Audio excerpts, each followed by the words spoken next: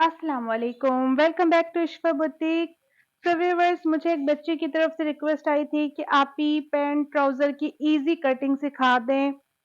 तो मैं आज बहुत ही आसान तरीके से पैंट ट्राउज़र की कटिंग सिखाने लगी हूँ। इसमें मैं आपको आसन का नाप लेना, थाइज़ और सारी ट्रिक्स इसमें बताऊँगी कि बहुत ही आसान तरीके से आप हर साइज़ के लिए किस तरह से अपने ट्राउज़र की कटिंग कर सकते हैं। सबसे मेन चीज़ हमारी यही होती है कि हमारा थाइज़ और आसन हमारा ठीक बैठ जाए, तो हमारी पैंट ट्राउज़र की कटिंग सही हो जाएगी। और उसी हिसाब से साइज़ेज़ के हिसाब से हमने अपना बैक जो आसन है वो कितना उठाना है, कितना रखना है, वो सारा मैं आप लोगों को तफ़सील से बताऊँगी। वीडियो को बिल्कुल भी स्किप नहीं करना और तफ़सील से सारा इसमें मैं बीच-बीच में आप लोगों को ट्रिक्स बताऊँगी, फ़ॉर्मूले बताऊँगी, तो आप लोगों ने बिल्कुल भी इसको स्किप नहीं करना है। सबसे पहले हम अपनी एक ये फिनिशिंग की लाइन लगा लेते हैं, जो हमारे यहाँ से धागे वग़ैरह निकलते हैं, इसको हम एक स्ट्रेट लाइन लगा लेते हैं। इसके बाद हमने अपनी सबसे पहले आपने क्या करना है कि अपनी थाइज़ का नाप लेना है। आप अपनी थाइज़ का नाप एक्यूरेट लेंगे तो आप अपने आसन का नाप एक्यूरेट ले सकेंगे। थाइज़ के हिसाब से मैं आसन का नाप लेना बताने लगी हूँ। आप लोगों ने थाइज़ लूज़ रखनी है, टाइट रखनी है, उसी हिसाब से अपने थाइज़ को इंच टेप की मदद से नाप लेना है। मिसाल के तौर पर अगर मेरी इस या जिसकी भी आपने बनानी है उसकी थाइज़ 30 है, तो उसी हिसाब से हमने अपने आसन का साइज़ लेना है, ठीक है? अच्छा, ये जो पैंट ट्राउज़र मैं बनाने वाली हूँ, इसमें मैं बेल्ट अलग से नहीं लगाना, इलास्टिक इसी के साथ ही अटैच करूँगी, तो इलास्टिक का मैं मार्जिन रख लेती हूँ 2 इंच।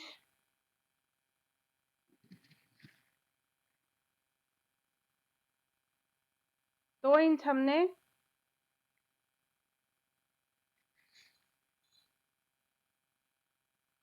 जितनी आपकी चौड़ी इलास्टिक होगी, उसी हिसाब से आपने इसका मार्जिन रखना है। ठीक हो गया, ये हमने ले लिया है। अब हमने मेन काम सबसे पहले हमारा आता है कि वो हमने आसन लेना है, ठीक है? आसन हमने किस तरह से लेना है और किस तरह से हमारा परफेक्ट आसन बैठेगा, वो मैं आप लोगों को आज सारी तफ़सील से बात सिखाऊँगी, समझाऊँगी। मिसाल के तौर पे अगर आप कह लें कि आपका जैसे कि अगर हमारा आसन हो 21 या 22 सॉरी थाइज़ हमारी हो, ये हमारी थाइज़ होंगी और ये हमारा आसन जो हमने रखना है, ठीक है? अगर हमारी थाइज़ 21 से 22 होगी तो हमने आसन रखना है 10.5। 23 से 24 पे हमने 11 इंच आसन रखना है। 25 से 26 पे हमने 11.5 आसन रखना है। 27 से 28 पर हमने 12 इंच आसन रखना है। इसी तरह हमने चलते जाना है। 29 से 30 पर हम लोगों ने 12.5 रखना है। 31 से 32 पे हमने 13 इंच रखना है। 33 से 34 पे 13.5 रखना है। 35 से 36 पर हमने 14 इंच रखना है और 37 से 38 पर हमने 14.5 रखना है और 39 से 40 पर हमने 15 इंच अपना आसन रखना है। ये चेक कर लें, आप लोग स्क्रीनशॉट ले लें। बिल्कुल इसी मुताबिक आप लोगों ने अपना आसन रखना है और ये बिल्कुल परफेक्ट आपका आ जाना है। ठीक हो गया? सबसे पहले हमने अपनी ये हमारी शेप पट्टी होती है, बेचारे को जॉइंट लगा हुआ है क्योंकि ये टूट चुका था। तो इस शेप पट्टी की मदद से पैंट ट्राउज़र की कटिंग बहुत अच्छी हो जाती है, तो मैं ये यूज़ करती हूँ। अच्छा, सबसे पहले हम लोगों ने यहाँ पर एक ये कर्व का निशान लगा लेना है। अच्छा, सबसे पहले आप लोग ये चेक कर लें कि ये जो मैंने कपड़ा बिछा रखा है, ये डबल फोल्ड करके किनारियों वाली साइड इधर दी है, ठीक है? और ये बंद वाली साइड दूसरी साइड है। तो हमने अपनी तरफ किनारी वाली साइड रखना है और उधर सारी ये ड्राफ्टिंग करनी है। यहाँ से अपने सबसे पहले ये निशान लगा लेना है अपनी शेप पट्टी की मदद से। उसके बाद हमने अपना जो आसन रखना है, उसका निशान लगाना है। तो मेरी जो थाइज़ है, इस ट्राउज़र के लिए जो मैंने थाइज़ तैयार करनी है, उसका साइज़ है 30। तो 30 की साइज़ पर हम अपना आसन ले लेंगे 12.5। अच्छा, अब इस चीज़ का आपने ख़्याल रखना है कि जो हमने लास्टिक के लिए कपड़ा अपना छोड़ा है, उसके बाद हमने ये अपना आसन लेना है। आसन हमने ले लिया है अपना 12.5, ठीक है? इधर से भी हमने 12.5 ले लेना है। इस लाइन को स्ट्रेट कर लेना है।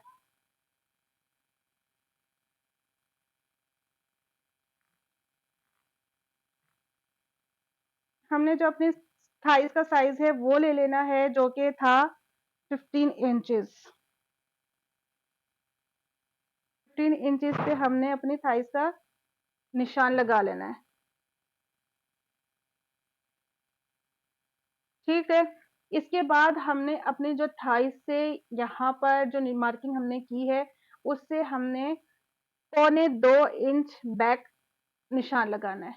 अगर छोटे साइजेस हैं जैसे कि 21, 22, 25 टू 26, तो आप 1.5 इंच पर निशान मार्किंग करेंगे। इसको जो हमने बैक लेना है निशान, उसको आप 1.5 इंच ले लें और उसके बाद हमने इसको ऊपर से सीधा कर देना है।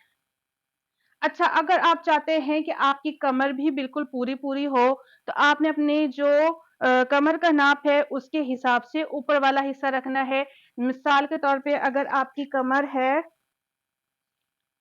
38, 39, वेस्ट जैसे हिप लाइन है जो आपकी, अगर आपकी वो है 38, तो 38 का हमने हाफ ले लेना है। 38 का हमारा हाफ आ जाएगा 19 इंच। 19 का भी हम हाफ ले लेंगे, तो 19 का भी हमारा हाफ आ जाएगा 9.5 इंच। 9.5 इंच पे हमने मार्किंग करनी है और उसके बाद हमने इधर से 2.5 इंच आगे लेना है, ठीक है? अगर तो आपने अपनी कमर बिल्कुल अपने पैंट की कमर जो बिल्कुल फिट रखनी है और हाफ इलास्टिक लगानी है, तो आप फिर इस तरह से अपनी पहले कमर का नाप ले लेंगे। जो आपकी साइज़ है, उसको फिर आपने 4 में डिवाइड करना है, वो आपने यहाँ से निशान लगा लेना है और उसके बाद उसमें 2.5 इंच का मार्जिन देना है। 2.5 इंच का मार्जिन देके आपने निशान लगा लेना है और अगर आप इसके साथ इसमें अगर प्लेट्स डालना चाहते हैं, तो आपने इधर ही अपना एक 4 इंच के फासले पर एक प्लेट डाल लेना है, ठीक है? अब हमने जो अपनी थाइस का कमर का निशान लगाया है, इसको इसके साथ मिला देंगे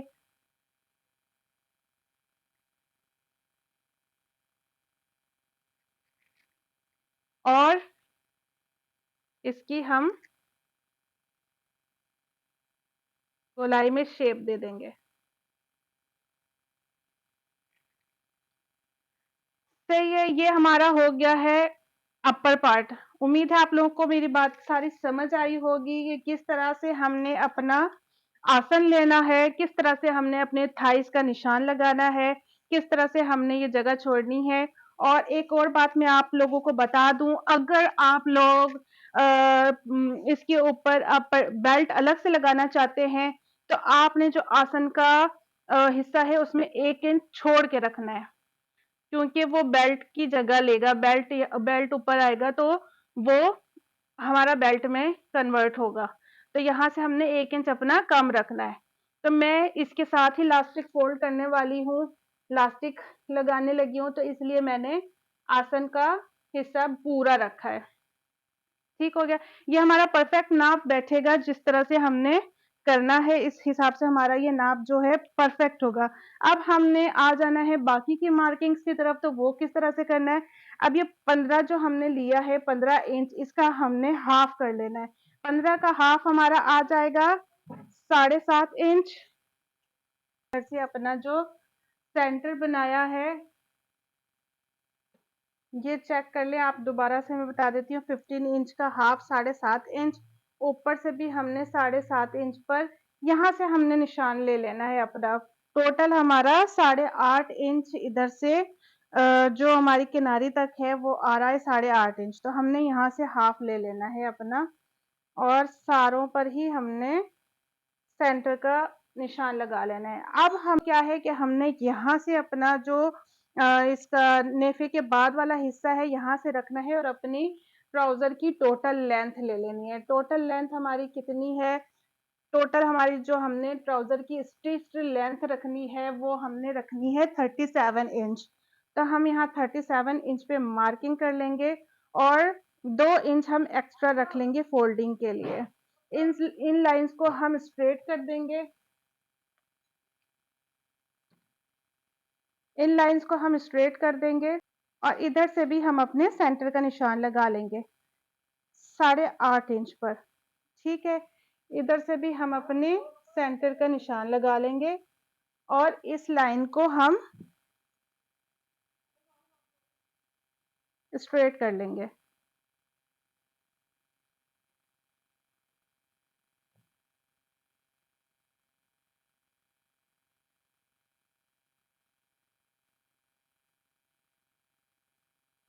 सॉरी, आप लोगों को ये निचला पार्ट नहीं नजर आया, मैं आपको दिखा देती हूँ। मैंने यहाँ से लेके 37 इंच पे अपनी जो टोटल हमारी स्टिचिंग आनी है वहां तक मैंने निशान लगा लिया और ये स्टिचिंग का हमने पार्ट ले लिया है।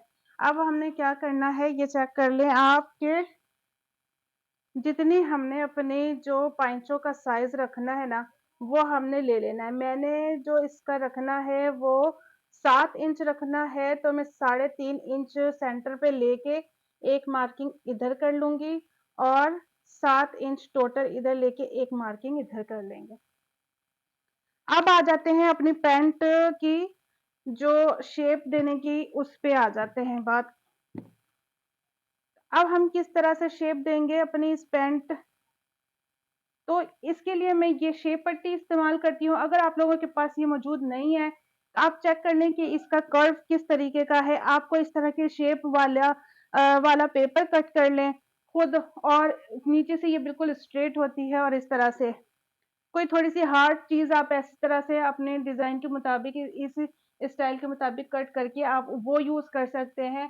तो इसको हमने सिंपली इधर से रखना है और इसको इस निशान से मिलाना है और इस निशान को हमने स्ट्रेट कर लेना है। ठीक है, इसी तरह से हमने इधर भी इसको रखना है और इधर से भी हमने इसकी शेप दे देनी है।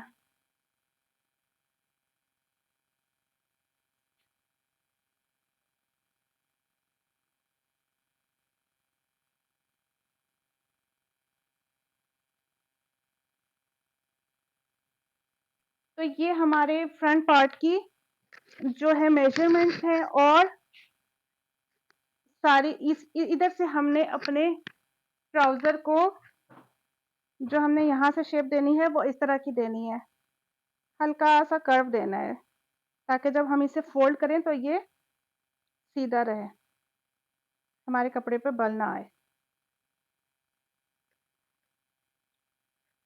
ये सारी हमारे ट्राउजर की कटिंग है फ्रंट पार्ट की।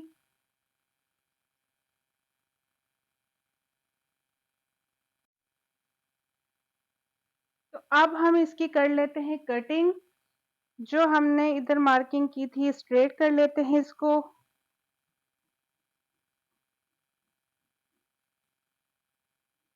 अच्छा, अभी हम लोगों ने क्या, ये वाली साइड नहीं कटिंग करनी, जो ये वाली साइड है ना इसको हमने नहीं कट करना, हमने अभी वो वाली साइड कट करनी है।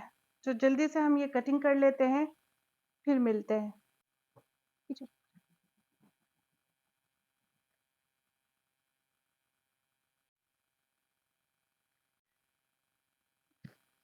तो अब आ जाते हैं हम अपने बैक पार्ट की तरफ। बैक पार्ट के ऊपर हम अपना फ्रंट पार्ट बिछा लेंगे।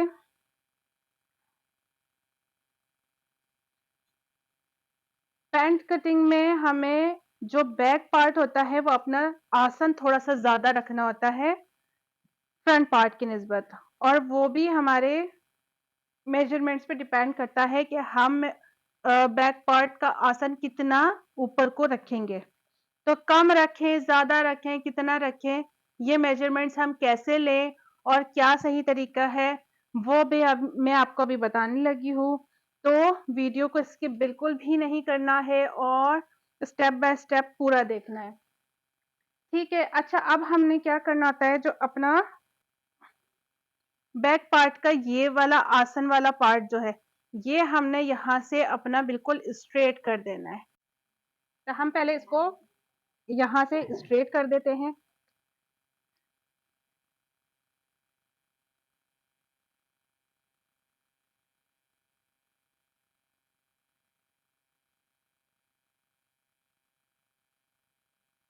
इस तरह से, और यहाँ से हम इसको थाइज़ वाले नाप को भी हम अब इधर से स्ट्रेट कर देते हैं, और इधर से हम अपने बैक वाले आसन की राउंड शेप देंगे। ठीक है, अब हम कैसे पता चलेगा कि हम अपना बैक पार्ट कितना उठाएँ, कितना कम रखें या ज़्यादा रखें? तो वो मेजरमेंट्स भी हम कैसे लेंगे, वो मैं आप लोगों को बताती हूँ। अपने थाइज़ के नाप के हिसाब से जो हमने ये आसन रखा है, उसी हिसाब से हम अपना बैक आसन उठाएँगे। किस तरह से ये देख लें, मैंने लिख लिया है, मैं आप लोगों को एक दफ़ा दिखा देती हूँ। अगर हमारी 21 या 22 थाइज़ है, तो हमने 10.5 आसन रखा है और बैक आसन हमने सवा 2 इंच ऊपर लेना है। ठीक है, जो हमारा ये वाला हिस्सा है ना, ये हमने सवा 2 इंच ऊपर लेना है, ठीक है? और जिस तरह से हमारे साइज़ेज़ बढ़ते जाएँगे, इसी तरह से ये हमारा उठाने वाला हिस्सा भी आसन का बढ़ता जाएगा। 23 से 24 साइज़ पर हमने 11 आसन रखना है और बैक आसन हमने इस पे भी सवा 2 इंच लेना है। 25 से 26 पे हमने ढाई इंच उठाना है, 27 से 28 पे भी हमने ढाई इंच बैक आसन ऊपर उठाना है। 29 से 30 इंच पर भी 30 थाइज़ पर हमने जो अपना बैक आसन है पौने 3 इंच रखना है ऊपर को। तो 31 से 32 पे हमारा बैक आसन 3 इंच ऊपर उठाएँगे। 33 से 34 पर हम साढ़े 3 साढ़े 3 या सवा 3 उठाएँगे ऊपर। ये जिस कदर हमारी थाइज़ का साइज़ बढ़ता जाएगा, उसी तरह से हमारा ये साइज़ भी बढ़ता जाएगा। ठीक हो गया? अब हमने क्या करना है, अब हमने जो अपना आसन उठाना है, वो 30 थाइज़ के हिसाब से पौने 3 इंच हमने अपना आसन ऊपर उठाना है। तो देख लें आप, ये वाला जो हमारा स्ट्रेट यहाँ से लाइन है ना, इसके बाद हम मेजरमेंट करेंगे अपनी, यहाँ से हमारा पौने 3 इंच ऊपर उठेगा आसन, ठीक है? और उसको हमने क्या करना है, ये जो हमारे ओपन वाली साइड है, इसके साथ हमने मिला देना है।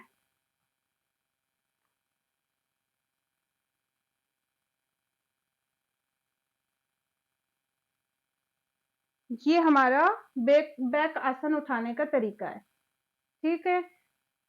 अब इसके बाद हमने क्या करना है, अब हमने अपने बैक की इस वाले साइड की कटिंग करनी है। तो ये भी हमने अपना बैक पार्ट जो होता है फ्रंट की निस्बत थोड़ा-सा ज़्यादा रखना होता है। अब हमने 30 के हिसाब से यहाँ से हम अपना साइज़ ले लेंगे। यहाँ से मैं ले लूँगी पौने 2 इंच। अगर आप लोगों की दरमियाना साइज़ है 27-28, तो उसमें आप 1.5 इंच भी ले सकते हैं। और नीचे से हमने जो लेना है अपनी पॉँचों के पास से निशान, हम 1.5 इंच पर ही लगाएँगे।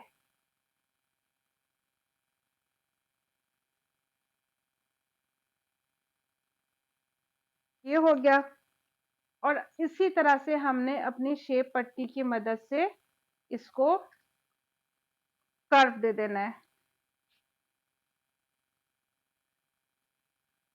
सारी हमारी मार्किंग्स जो है वो कंप्लीट हो चुकी हैं। ये चेक कर ले आप लोग, किस तरह से हमने बैक पार्ट अपना उठाना है, किस तरह से हमने कटिंग करनी है, सारा मैंने डिटेल में बताया है। अब हम इसको फुल कट कर लेते हैं। बैक पार्ट भी हम इसका कटिंग कर लेते हैं।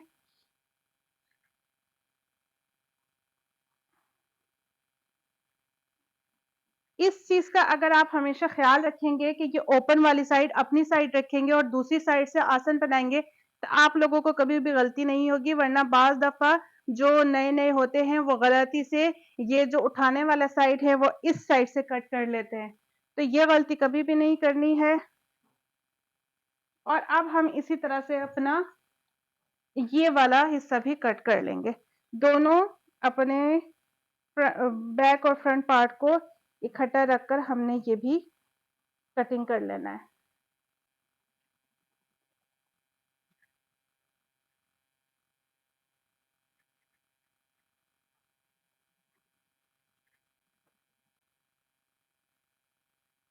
सारी कटिंग हमारी कंप्लीट हो चुकी है। उम्मीद है आप लोगों को ये वीडियो बहुत पसंद आई होगी। पसंद आए तो लाइक, शेयर और सब्सक्राइब ज़रूर किया करें और कमेंट सेक्शन में मुझे ज़रूर बताया करें। अपना बहुत ज़्यादा ख़्याल रखें। अल्लाह हाफ़िज़।